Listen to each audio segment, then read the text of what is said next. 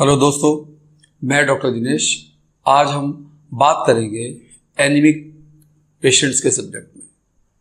Anaemia हमारे देश में काफ़ी कॉमन है और एनीमिया के बारे में जो हम बात बताएंगे, हीमोग्लोबिन यानी खून की कमी।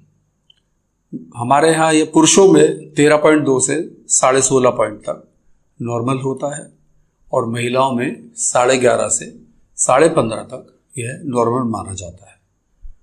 आज हम इसी के बारे में बात कर रहे हैं कि किस तरह से ब्लड की कमी को पूरा किया जाए और किन खाद्य पदार्थों के द्वारा हम इसको ठीक कर सकते हैं।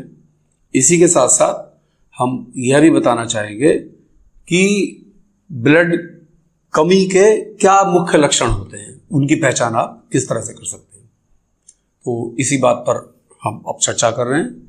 तो दोस्तों, इसमें सबसे बड़ी जो खाने पीने की वस्तुएं होती हैं उसका विशेष डाइट का हमें ध्यान रखना होता है, जिससे हमारे अंदर, शरीर के अंदर खून की कमी उत्पन्न ही ना हो। क्योंकि काफ़ी लोग डाइट का ख्याल नहीं रखते हैं, क्या चीज़ खानी होती है इसमें। इस चीज़ का हमें विशेष रूप से ध्यान रखना पड़ता है। महिलाओं में बेसिकली ब्लड थोड़ा ज़्यादा जल्दी कम हो जाता है। उसका रीज़न यही होता है कि उनको ब्लड वेस्ट होता है। और पुरुषों में यह शिकायत पाई तो जाती है लेकिन कम पाई जाती है। इसके लक्षण क्या हैं, मैं पहले वह बता देता हूँ।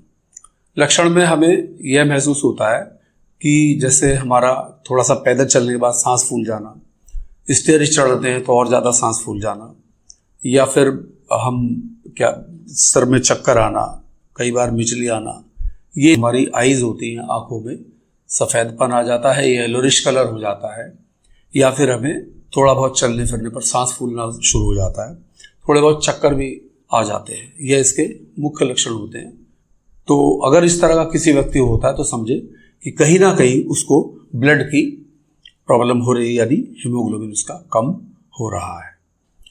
इसी के माध्यम में एक चीज़ यह कही जा सकती है कि जब इस तरह के लक्षण हो तो पहला कार्य यह है कि वो अपने HB की जांच कराए। एक इसमें CBC छोटा सा टेस्ट होता है। CBC से हमारे MCV, MCH आदि का पता चल जाता है। हमारे रेड ब्लड सेल्स उसमें कम पाए जाते हैं और वाइट सेल्स की मात्रा बढ़ जाती है। यह मुख्यतः इसके लक्षण होते हैं और इस इन्वेस्टिगेशन से हमें यह पता चल जाता है कि हमारे अंदर खून की कितनी कमी है।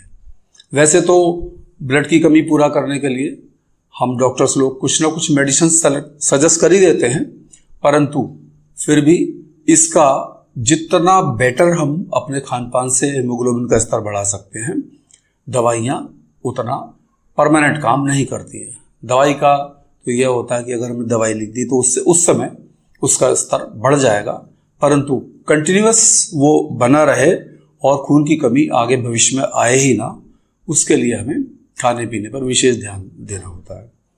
जिस खान पान में आयरन की मात्रा अधिक हो उस प्रकार के हमें खाने पीने की वस्तुओं का प्रयोग करना चाहिए। जैसे पहले हम लेते हैं सब्जियों को। सब्जी में ग्रीन वेजिटेरियल्स जितनी भी हैं, पालक है, सरसों है, चना है, मेथी है, ये सब सर्दी के सीजन में आता है। उस समय इसके अंदर ब्लड की मात्रा बहुत तेजी से बढ़ती है।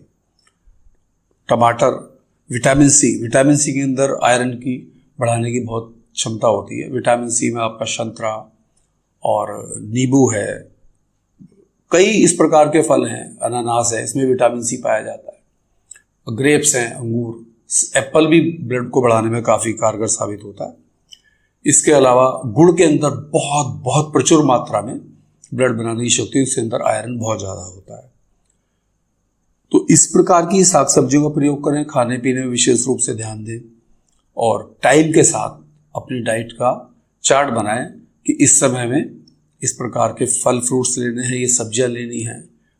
अगर आपने इस प्रकार की डाइट प्रयोग की तो निश्चित रूप से मैं कह सकता हूं कि आपका हीमोग्लोबिन बहुत तेजी से बढ़ेगा और इम्प्रूव करेगा।